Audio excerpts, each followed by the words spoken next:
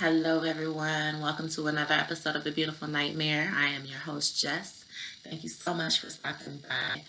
Um, Today, we're going to be talking about trauma bonding. And I know that a lot of us out there have been going through some severe mental health issues, especially over the last couple of years with the pandemic, being isolated and really getting a full spectrum, a full bird's eye view, I should say, of who our friends and family and coworkers and things like that are. And sometimes it can be very confusing.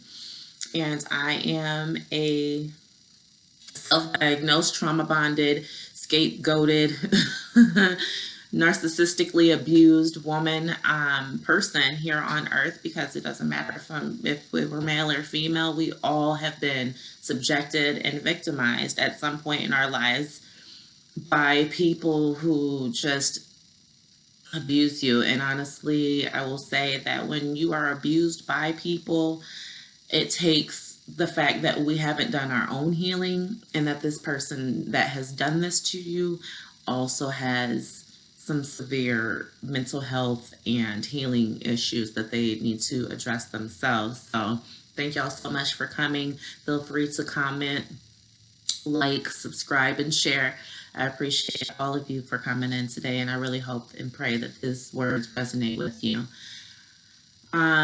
Myself, I am in the process and the stages of doing my own self-healing. So I am so very excited to be able to finally get on here and share some stories with you all and really try and help get you through some things. But without further ado, let's get into it. So today I want to talk about the 7 stages of change when it comes to trauma bonding and really kind of see if I can go through some of my own experiences with you so that you can understand that you are not alone in this, okay?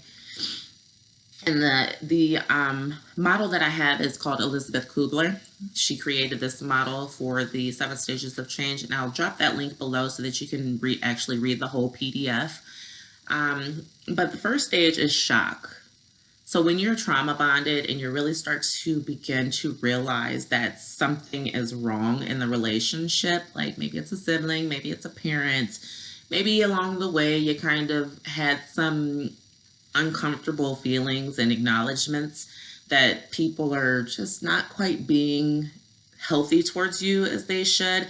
But the second that you actually realize what's really going on and that you accept that this is happening to you, that you really get a full spectrum acknowledgement that, okay, I cannot deny that this is happening, you go into a shock. And this is what it says about that feeling of shock is you get numbness, okay, immobilization. So you can't even believe it. You're so shocked you can't even believe what's happening to you. No, this person wouldn't do this to me. I cannot believe that this person is actually doing this to me. I mean, I've been there with multiple people. I have a family full of narcissists, and a family full of people that are just really incapable of loving, but honestly, that's because they haven't done their own healing, and this is a generational situation. And I had to come to the understanding that I've pretty much been chosen to break this generational curse, and it's not easy. It's extremely hard, and that sometimes I feel very blessed in it, and that sometimes I'm like, Lord, I don't even know how I could possibly get through this, or why I have possibly even been chosen with all of the things that I have done myself, self-sabotage and things like that. But anyways, it is a mismatch between expectation and reality. And I think that really speaks volumes as far as when you really are in the beginning of realizing that this relationship is just extremely unhealthy to your mental, physical, and realistic health overall. Like I said, a mismatch between expectation and reality. So you expect your parent to behave or have your back in a certain way. You expect your friends to have your back and behave a certain type of way, or maybe having a certain emotion. Maybe you've gotten a promotion, maybe something really good happened to you in life and you're so excited about it, but for some reason, these people just cannot seem to be happy for you. They're like, oh, yeah. You ever got that response from someone that you just like went and told your business to, and you're like, oh my gosh, I got to tell them because you talk to them every day. You have close relationship with them every day. So why wouldn't you expect them to be happy for something about something that's going on with you, right? You tell them this business, you tell them this information, and the reaction is kind of like, oh, yeah. Just, or they start talking about something that happened with them, something that's happening good for them in their lives, just completely going past what the information that you just told them. So, trust me, it has happened to me time and time and time again. And every single time that it happens, that you don't acknowledge that it's happening, it just takes a chunk out of you. It just takes a tiny little sliver out of your soul, out of your confidence, out of your just out of your person. It really just drains you. It's exhausting. It is very exhausting.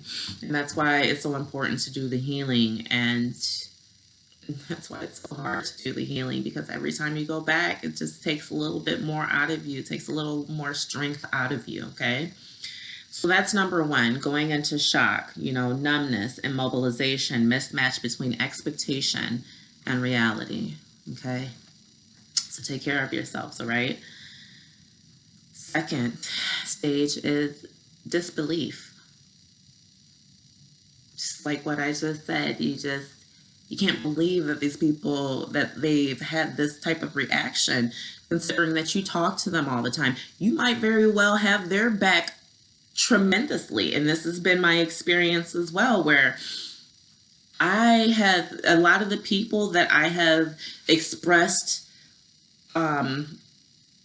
my successes with, my sorrows with, and things like that, is that I just could not believe that this person would not have my back even half as much as I've had theirs, because I've done so much for these people. I've given so much of myself, financially, physically, mentally, to help support them in their dreams and what they need and their sorrows and things like that, that it's just unbelievable that they could not even offer a kind word in return.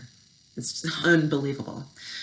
So the second stage of change, when you're going through the process of healing and coming to a realization, or dare I say an awakening in life, is disbelief. Okay, you can't believe. It's denial, minimization of the change or event carries on as before.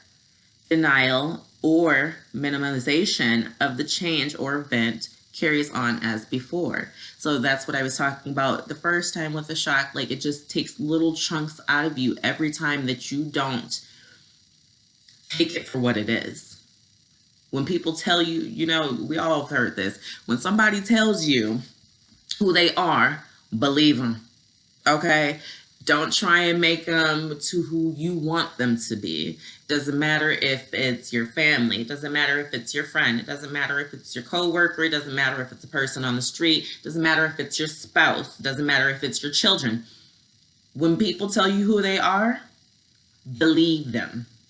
Okay? And move forward accordingly. That doesn't mean that you suddenly stop loving these people. And that, in fact, that's what makes it so hard to go through these stages, is because you love them. You want to believe the best in them. You want to have so much faith in them that there's no way that they can possibly, not the person that I love. And what kind of person would I be if I behaved in a way that I believed that I was more important, or I believed that I loved myself? What kind of person would I be if I loved myself first? Right? I mean, because let's be frank, if you weren't a loving, caring person, you wouldn't be in these situations in the first place, where people are able to take advantage of you and dismiss you so easily, right? Right. Okay. So let's get on with it. Self-doubt. We've all been there. Self-doubt. Reality bites, bringing uncertainty, frustration, anger, and depression. Boy, self-doubt.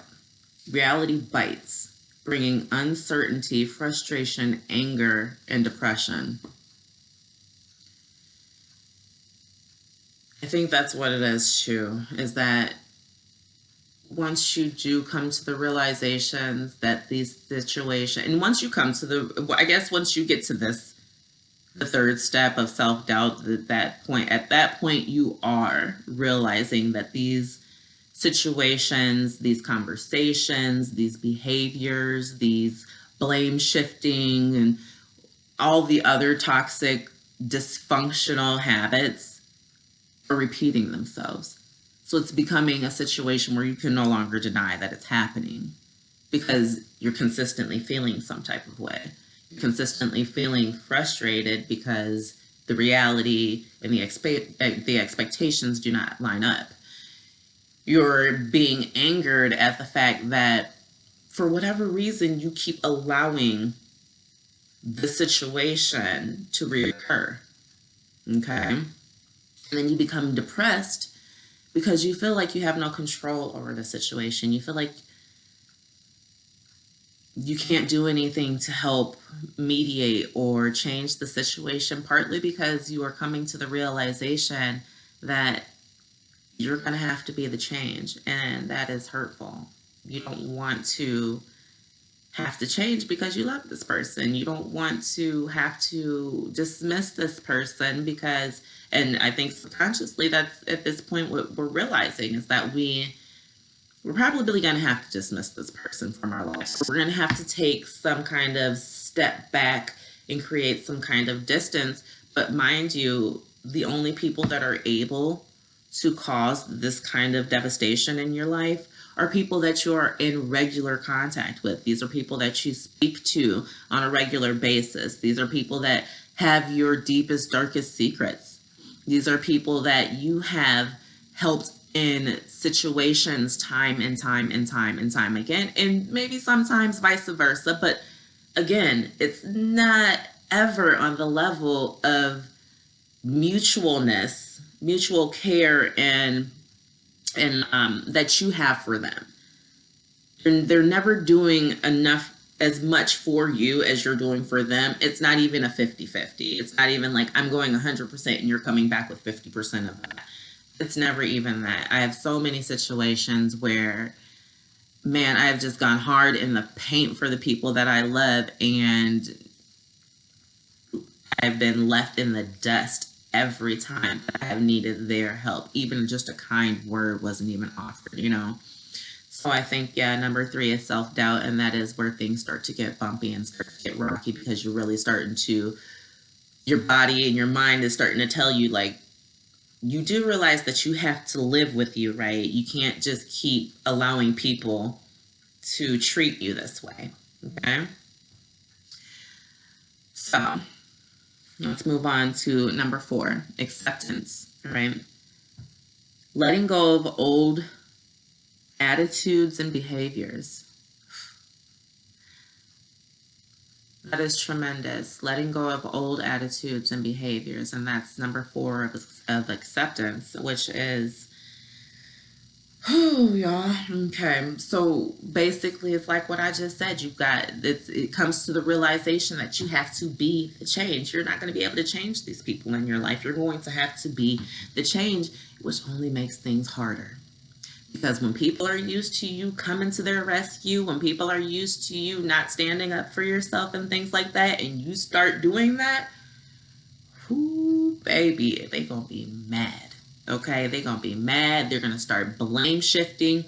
Oh, now you think that you're better than us because you're going to church, because you are not answering the phone for them, because you're not borrowing them that money, because you decided to go and get a further education, because you've removed your children from those situations and are not allowing your children to no longer be subjected to it, let alone yourself or your spouse and things like that. I'm telling you, once you get to this phase, the metaphorical crap has hit the fan. It's going to hit the fan, okay? They don't like it. They don't like it. They're used to you being their puppet. And they are going to be highly, highly upset. Okay? But you hold your ground and you got this. And if you got into this stage, the best is yet to come, honey. Best is yet to come, okay? So you hold your ground and be strong. All right, number 5, experimentation. Dealing with new reality, energy as new attitudes and behaviors are tested. I ain't even gone over this thing, and I'm telling y'all, I'm speaking from experience.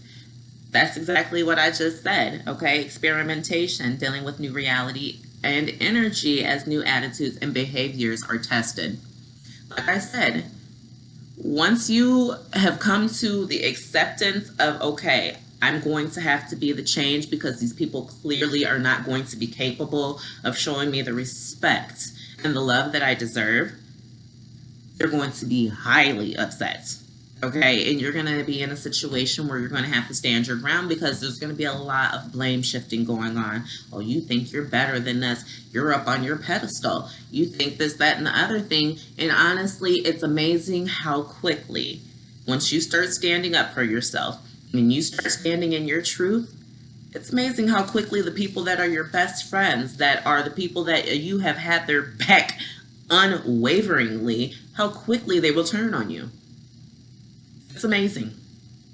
It really is. But stand your ground, because that's how you know you're on the right path, okay? Because those people who are actually there for you when you're getting into this situation of I'm standing my ground, I'm speaking up for myself, or taking a back seat to your drama, your dysfunction, your BS, those people will have your back.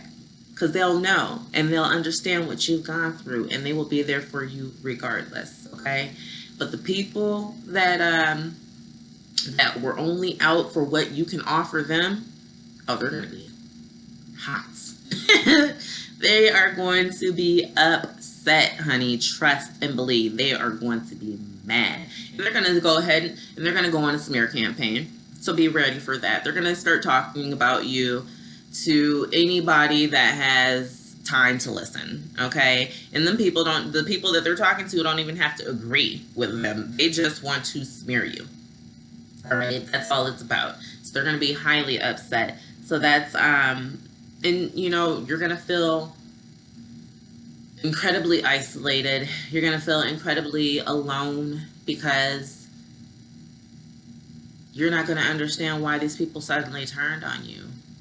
When all you need to understand is that the only reason that these people, which is a very hurtful understanding, but the only reason these people even dealt with you in the first place was for what you had to offer them, not because of who you are. They tried to dim your light, okay?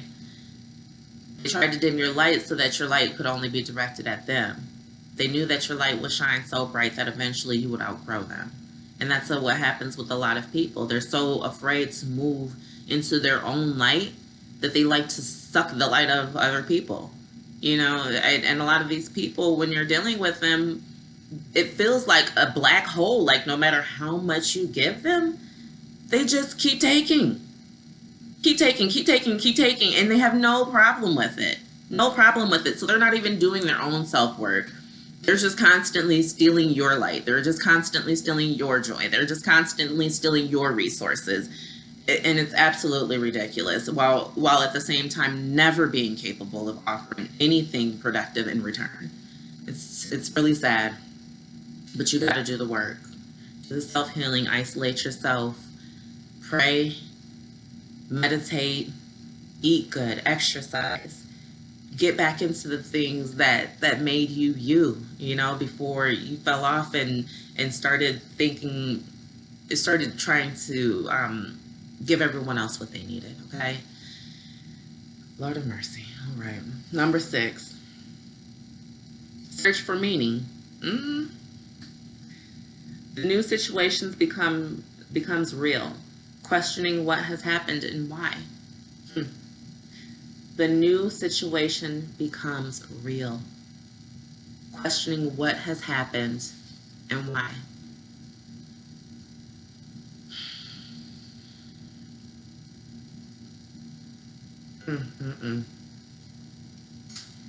So that's basically what I was saying before, is that once this happens, once you start standing up for yourself, not even in a confrontational way, but even in a way where you're like, I'm not going to answer that phone call.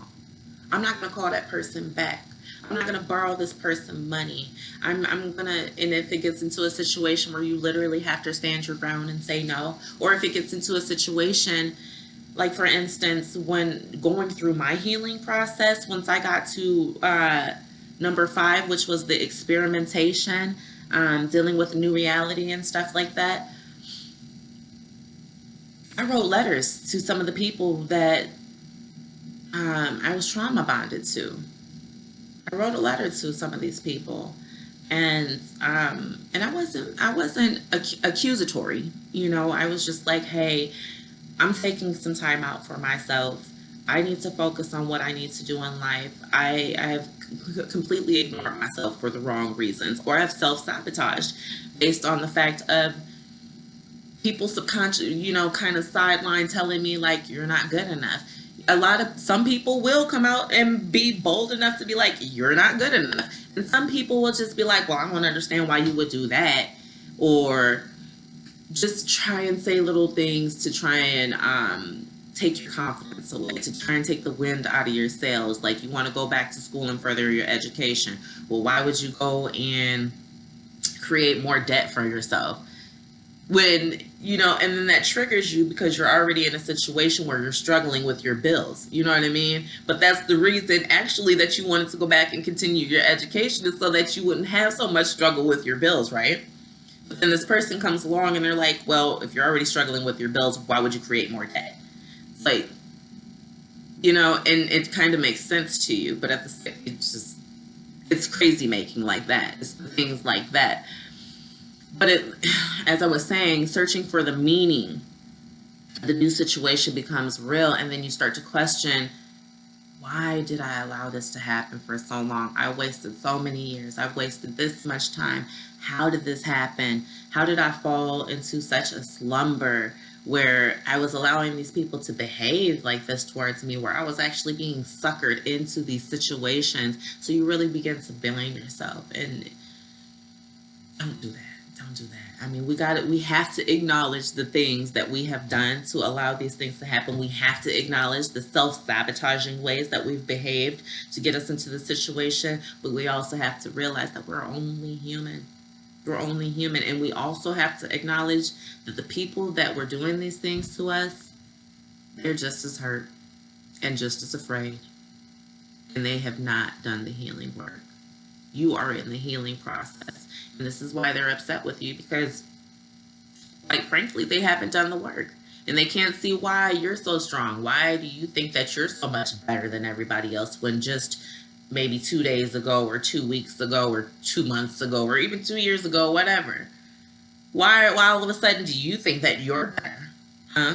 Why do you think that you suddenly deserve a better education while I'm sitting here in the hood afraid to move on with my life? It's just things like that. Why all of a sudden do you think that you deserve a husband when you got, kids with other men and things like that? It's just so many different things that they will try and drag you down. It's that crabs in a barrel mentality. You know what I'm saying? Y'all know that crabs in a barrel mentality. And for those who don't, you got that one crab that just wants to get back into the ocean where it came from, where it belongs. You ain't trying to be stuck in this barrel with all these other crabs going to their death. But the second that the crab gets to the top of the barrel, the other crabs begins to pull that crab back down. Like, you ain't going nowhere. You ain't going nowhere. And it's an automatic instinct for these crabs. It's not like they're even thinking about, oh, you're gonna die with me. It's literally an instinct that these crabs have to pull you back down. So these crustaceans are going to try and pull you back down, okay? But what you need to do is be strong and not put yourself back in that barrel. You need to escape, get out to the ocean, and see what the world is like for you. It's never going to be the same for you as it's going to be for someone else. I don't care how bonded you are with someone. I don't care how much you have in common with someone. It's never going to be the same. And I'll say number 7 before I get off of here real quick. Integration. All right, y'all. Integration. In internalization, and incorporation of new attitudes and behaviors into your everyday life. And I'm going to tell you, let me read that again. Internalization and incorporation of new attitudes and behaviors into everyday life. So, internalization, that's where I was saying before, do not beat yourself up. It's okay, absolutely, to look back over the past and see how you got yourself to this situation, okay? So that moving forward, you won't be trauma bonded to anyone else. You will have the strength and the understanding of yourself so that you can incorporate that into new relationships, right? But I guess the new attitude is like what I was saying, finding new hobbies, meditating, exercising, eating better, praying. My incorporation and my internalization was God. And I was raised in church, and I fell away from the church for quite some time. And I tell you what, God saved me. God saved me. It was not my kids. It was not my husband. It was not anything. It was the Lord that saved me. He just came right on time. I prayed, I cried, I broke down, and the Lord came to me, and He's been with me ever since. And that has been my daily incorporation into life. As y'all see, I got, I don't know if y'all can see that, John 3:16. For God so loved the world that He gave His only Son. For whoever believeth in Him shall not perish but have everlasting life. And I'm not saying that I haven't had hard triggering moments since then, because every day is a struggle in life. Every day you can have some kind of situation that's going to cause you to be upset or frustrated, but the Lord has been faithful. And maybe you're not a godly person, but find out what works for you. Find out something that you can reach for and grasp at every single day that's going to help balance the negativity and the stressful situations in life, okay? I will drop a link below, so like I said, that you can read this whole PDF. I just wanted to go over the model that she had because I thought it was spot on and accurate. And thank y'all so, so much for coming. God bless. I love y'all. Mwah. Till next time. It's a beautiful nightmare, but let's get it together so we can have a beautiful life, okay? Love y'all.